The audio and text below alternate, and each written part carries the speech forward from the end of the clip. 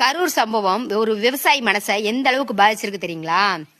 ஏன்னா state government 10 லட்சம், central government 2 லட்சம், விஜய் 20 லட்சம், காங்கிரஸ் 2 லட்சம், ஆக மொத்தம் இறந்த ஒவ்வொரு நபருக்கும் தலா 34 லட்சம் ரூபாய் கொடுத்துருக்காங்க.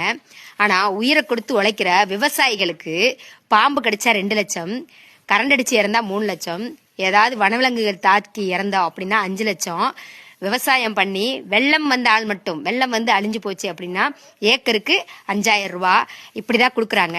என் குடும்பத்தை சேர்ந்த ஒருத்தர் என்கிட்ட கேட்குறாரு, நான் விவசாயம் பண்ணி சாகவா, கள்ளச்சாராயம் குடிச்சு சாகவா, இல்லை இந்த மாதிரி மாநாடு கூட்டத்துக்கு போய் சாகவா அப்படின்னு கேட்டாரு.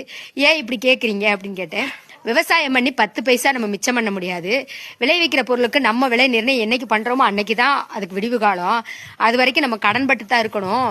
இப்படி நான் போய் இறந்துட்டேன் அப்படின்னா பணம் வரும், கடனும் அடைஞ்சிரும், நம்ம பிள்ளைகளும் நல்லா படிப்பாங்க அப்படின்னு சொல்லி அவர் அவ்வளோ ஆதங்கத்தோட பேசுறாரு. அப்போ மனசு ரொம்ப வலிக்குது. ஏன்னா அவர் கேட்டதுல என்ன தப்பு அப்படிங்கிற மாதிரி தான் யோசிக்க தோணுது. கடன் பட்டு சாகிறத விட கடன் அடைச்சிட்டு நிம்மதியா சாகலாம்ல, அந்த மாதிரி தான் அவர் கேட்குறாரு. ஒவ்வொரு விவசாயிகள் மனசுலையும் இந்த மாதிரி ஒரு விஷயம் ஒரு பதிஞ்சிருச்சுன்னா எவ்வளவு கஷ்டம். ஏன்னா இந்த வருஷம்லாம் பார்த்தீங்கன்னா மழையே இல்லை, விவசாயம் பண்ணி எல்லாமே திரும்ப தரிசாத்தான் இருக்கு. அப்போ ஒவ்வொரு விவசாயினோட குமுறல் இந்த மாதிரி தாங்க இருக்கு. நம்ம இப்படி இறந்து போயிட்டா நம்ம குடும்பம் நல்லா இருக்கும் அப்படின்னு தான் யோசிக்கிறாங்க. அவர் கேட்டது சரியா தவறான்னு எனக்கு தெரியல, ஆனால் மனசு ரொம்ப கஷ்டமா இருக்கு. அதனால தான் நான் உங்ககிட்ட சொல்றேங்க.